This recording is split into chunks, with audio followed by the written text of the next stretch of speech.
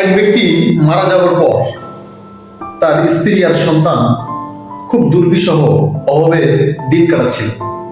ওই ব্যক্তির রেখে যাওয়া সম্পদের মধ্যে ছিল একটা স্বর্ণের চেন।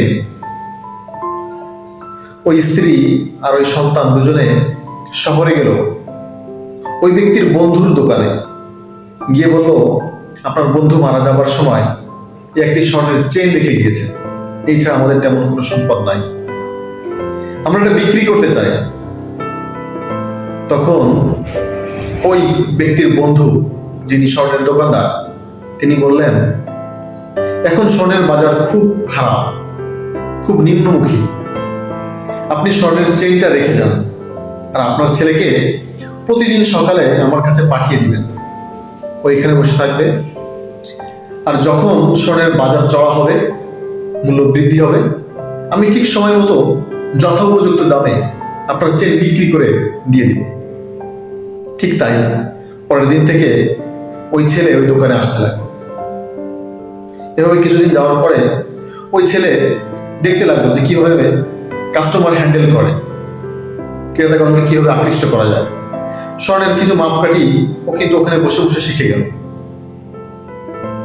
হঠাৎ একদিন ওই দোকানদার ওই ছেলেকে বললেন যে এখন স্বর্ণের বাজার বৃদ্ধি পেয়েছে, মূল্য বৃদ্ধি পেয়েছে, তোমার চেনটা বিক্রি করতে হবে।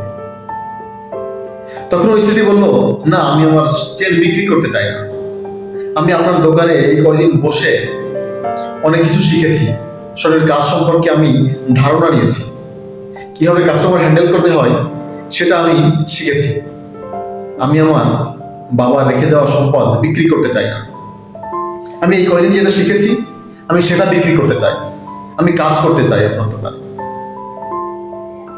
তখন ওই দোকানদার বলল, ঠিক, তুমি যথেষ্ট শিক্ষা অর্জন করেছো, এটাই ছিল আমাদের মূল গল্প, যে আমাদেরকে সম্পদ বিক্রি করা যাবে না, আমাদের স্কিল বিক্রি করতে হবে, আমাদের কিছু অভিজ্ঞতা বিক্রি করতে হবে, তাহলে আমরা আমাদের জীবনে চলতে পারবো।